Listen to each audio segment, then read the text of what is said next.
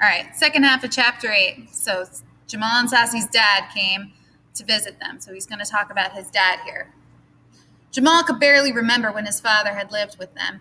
All he remembered was a few times when his father had taken him under one arm and Sassy under the other and run around the park outside the projects where they used to live.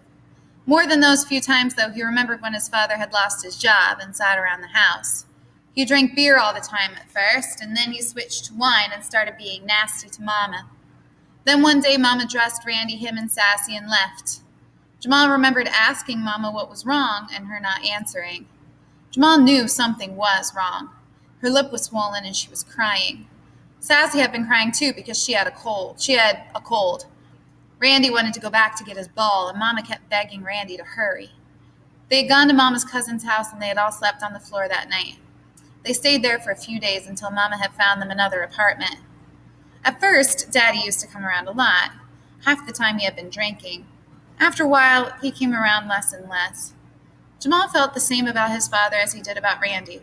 They were both gone, and each of them had taken a little piece of Mama with them that they wouldn't bring back. "Can I go into your room, Sassy?" "You gonna draw out of the window?"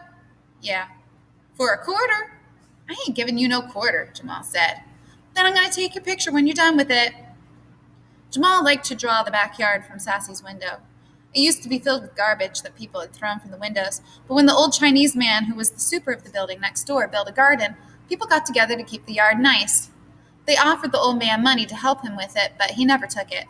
He just spent all his time, or at least the time when he wasn't taking care of the building, working in the garden, making it nice. Jamal began to sketch the small garden. He had sketched it at least 30 times, each time making it a little better than he had the time before. Sometimes when Jamal drew, he would look at things carefully and keep his mind on the drawing. Other times he wouldn't even think about what he was drawing. It was as if his pencil went by itself as he thought about other things. Now he wasn't thinking about the garden. He was thinking about the scorpions. He had been afraid. Tito knew it, and maybe even the other scorpions knew it. Jamal knew they were afraid of Mac. Mac was 16 and had already been in juvie twice.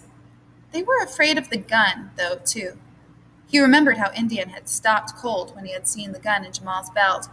Still, Jamal wasn't sure if he wanted to be a scorpion or not. He didn't want to have to fight Indian. Indian was wild-looking, and Randy had told him once that when the Scorpions had had a fight in the Bronx, it was Indian who had knocked a guy out with one punch. But maybe he wouldn't have to fight Indian. Not as long as he had the gun, anyway. Okay, so I want you to make a prediction. What do you think is going to happen next in this book? So chapter 8, the question is, what do you think is going to happen next? Make a good text-based prediction.